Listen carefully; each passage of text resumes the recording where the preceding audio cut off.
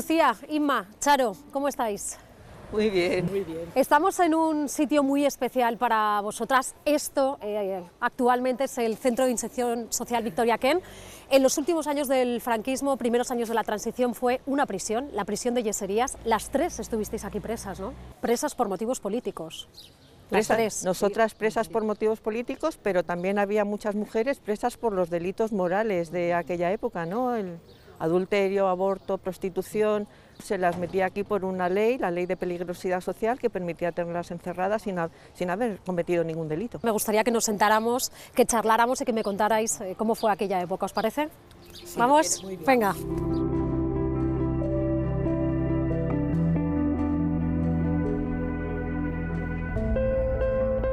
Vosotras tenéis un claro propósito y es que no se olvide lo que pasó aquí. Habéis pedido al Gobierno que declare esa prisión, la antigua prisión de Yeserías, como lugar de memoria. ¿Cómo va vuestra petición? ¿Qué os dicen? Pues la petición fue en febrero del año 25.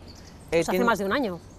Sí, y no se nos ha escuchado, no se nos ha atendido esa petición. El tema de la memoria democrática es que la memoria es identidad, o sea, si no haces memoria como sociedad, pierdes completamente la identidad. Entonces, con el tema de las cárceles, ha habido muy poco reconocimiento de lo que ha pasado durante el franquismo. O sea, todo ese sistema represivo no ha quedado constancia en ninguna parte. Mira que había cárceles en Madrid, pues no hay nada que reconozca lo que pasó en aquellos establecimientos penitenciarios. ¿Cuándo y por qué os detuvieron, Charo?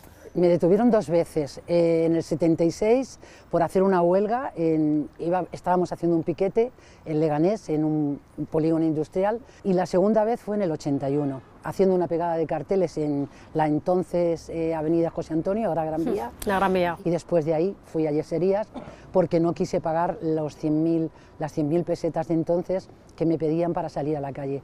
Y fueron mis compañeras y mis compañeros de fábrica y la gente del movimiento comunista, que era donde yo militaba entonces, quienes pagaron la fianza, porque de lo contrario me habrían despedido, porque si tú faltabas 3 días al trabajo, te despedían. Inma, en tu caso, ¿qué motivos alegaron para detenerte? Los motivos fueron pertenecer al FRA, al Frente Revolucionario Antifascista y Patriota. La primera detención fue en 1977, cumplía yo 18 años estando en la DGS, en la Dirección General de Seguridad, vamos, lo de la Puerta del Sol. Y la segunda vez fue en 1980, que fue a raíz de una manifestación donde aquí en Embajadores nos acusaron de terrorismo y ahí también permanecí 9 días en la DGS. La Dirección General de Seguridad. Sí, y esas dos últimas pasé a Yeserías. Lucía, ¿en tu caso? Pues mira, en mi caso yo entraba en un portal por la zona de Tetuán, porque había quedado allí con un amigo, y detrás de mí entró un señor y me dijo, venga conmigo, me metieron en un coche y me llevaron a la DGS. En aquella época yo estaba estudiando y yo tenía 18 años, era el año 74, entonces yo ya estaba militando en la Liga Comunista Revolucionaria, pero cuando me detuvieron yo estaba entrando en un portal. Las tres habéis citado en todo momento esa Dirección General de Seguridad. Para quien no la sitúe, es la Real Casa de Correos, actual sede de la Comunidad de Madrid. En aquella época era uno de los centros de tortura del franquismo, de la represión franquista. ¿Cómo fue vuestro paso por allí? ¿Cómo os trataron, Lucía?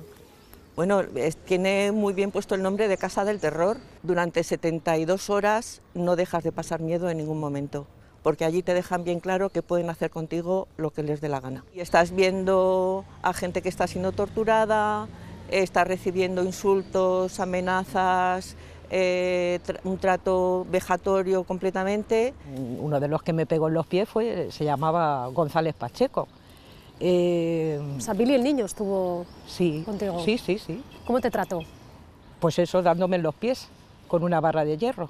Te preguntabas muchas veces por qué, ¿no? Es decir, si aquí estamos luchando por cosas, por una educación gratuita, por la sanidad, por cosas que la gente necesitaba, porque veníamos de una época donde nada de eso existía, ¿no? Allí os detenían, os aterrorizaban y luego os traían a esta prisión de Yeserías. ¿Qué impresión tuvisteis al llegar? Llegas a Yeserías y en Yeserías primero pasas 3 días de aislamiento. Tú sola en una celda, sin recibir nada, ni ropa, ni absolutamente nada, y aislada. sin tener nada que hacer, aislada, sí. Dentro de que era un trago, porque claro, te habían detenido, ya tenías antecedentes, pero en la cárcel te sentías segura. Fíjate. Además estábamos organizadas en comunas y las familias nos podían traer, ahí sí que nos podían traer ropa, comida, libros. ¿Cómo eran las rutinas en Yeserías? Te dejaban salir al patio una vez al día y esa era era estar ahí pensando a ver cuándo podía salir, porque era lo único que pensabas, claro. Tengo en la cabeza de Yeserías las dos paredes altas y solamente un trozo de cielo, que era lo que se veía desde allí.